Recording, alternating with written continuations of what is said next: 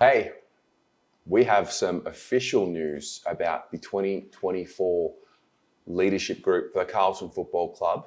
So it is official that Charlie Curnow actually will be joining the group, and I want to talk about it. We got a little bit of an insight into this only a week ago, where one of our Blues abroad in the community was at the event in Shepparton that Charlie was at with Patrick Cripps, Sam Walsh and Ed Curnow, and there was a little bit of a hint that Charlie might be joining the leadership group. Didn't think much of it, didn't know what to make of it, but it turns out it was right.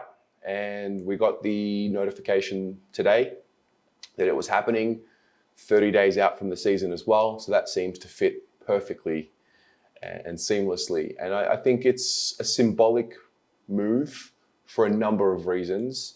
I think what it now means is that there is a seemingly final piece to the puzzle of the leadership group. Cripps is obviously the captain, and then we have a vice captain from each line on the field. I think it just sits nicely. I think having a forward in the leadership group now shows the development of the group. It shows what we've been, I guess, looking to add to the entire team to get a leader in the forward line. I guess with Charlie, there's a few elements to the story, getting back to playing his best football, which he's been able to do remarkably.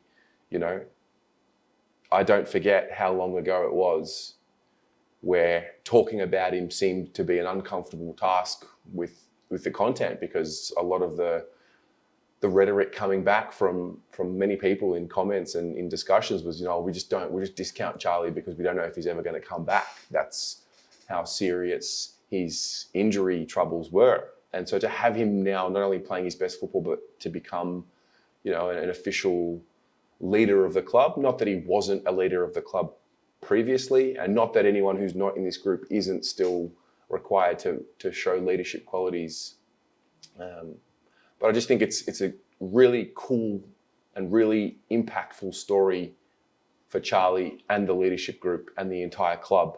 I think if you look at all four of them, they definitely lead in different ways. And I think we needed a little bit of, Charlie's energy in this leadership group. Walshy, Weeders, they are serious operators, particularly on the field. I'm sure off the field, there's more to them. But Charlie has this, he's got this infectious energy both on the field and off the field. And that's something that Patrick Cripps, quoted himself. He said, Charlie's presence and energy makes people drawn to him. He's a big family man with strong core values that have become infectious throughout our football club.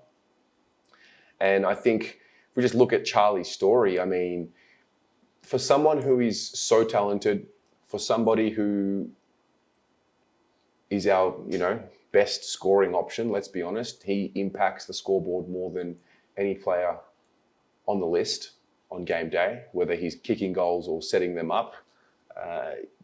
This is important. And I think what we saw from him was, regardless of how good he is as an individual, he's never, ever been anything other than selfless. He's always made sure to mention the names that aren't getting mentioned. It's like, he's aware of, it's very easy to get drawn into the star players. And what I really appreciate watching him grow over the years is it's that humility.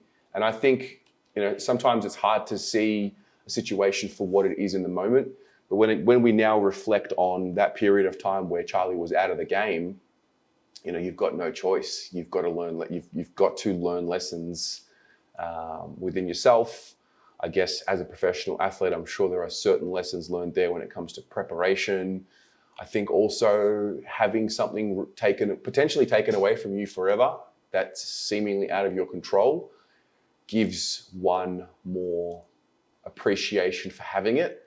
And I just feel like all of these elements have come together, and this is where we are. And it really does feel like, from my perspective, that, a final puzzle piece has been put in place. And I don't know if that's how you feel as well. I'd be interested to get your thoughts at the end of this video in the comments below, and start that discussion around the leadership group. It was good that we had a bit of a run into it. So, a lot of the discussion last week was, the balance of, do you just let Charlie Curnow play, not worry about the leadership duties and things like that?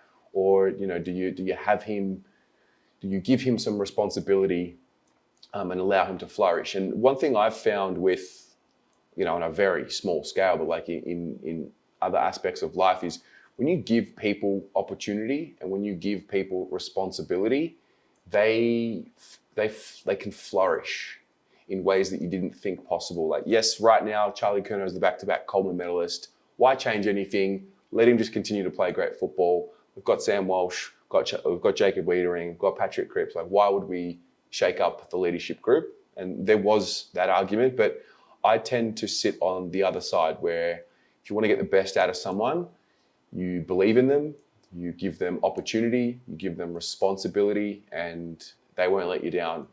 It's funny because you can let yourself down more than what you can let someone else down in certain aspects. So I like the move. I think it's a good move. I think it's a symbolic move for Charlie Curnow and the leadership group and the football club.